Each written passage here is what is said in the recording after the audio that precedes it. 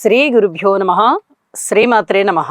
రాహుగ్రస్త చంద్రగ్రహణం ఆ రోజున ఎటువంటి స్తోత్రము చేసుకోవాలి అనే దానికి ఇప్పుడు ఇక్కడ చంద్రగ్రహ స్తోత్రాన్ని తెలియచెప్తూ ఉన్నాను. ఎవరికి ఏవి ఇష్టమో ఎవరి ఇష్టదేవతను అనుసరించి అలాగే ఎవరికి ఏ స్తోత్రాలు పఠించుకోవడానికి అనుకూలంగా ఉంటాయో ఆ స్తోత్రాలని పఠించుకోవచ్చు.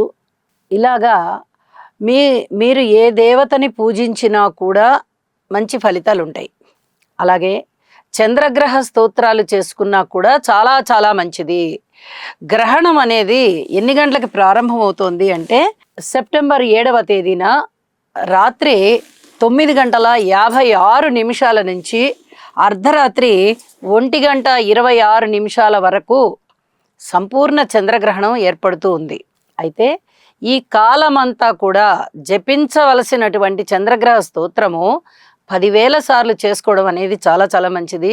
అయితే సంఖ్య మీద దృష్టి పెట్టకుండా శ్లోకం మీద దృష్టి పెట్టి భగవంతుడికి ఈ ధ్యాన శ్లోకం చేసుకోవలసిందిగా సూచన చేస్తూ ఉన్నాను.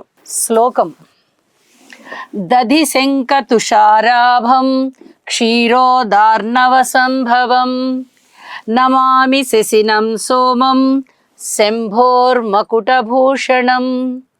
ఈ స్తోత్రాన్ని వీలైనన్ని సార్లు పఠించండి. కుదిరితే 10,000 సార్లు పఠించండి.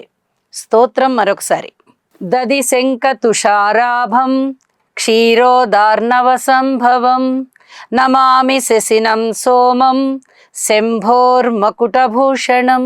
దధి శంఖ తుషారాభం క్షీరోదార్ణవ సంభవం నమామి శశినం సోమం శంభోర్మకుటభూషణం.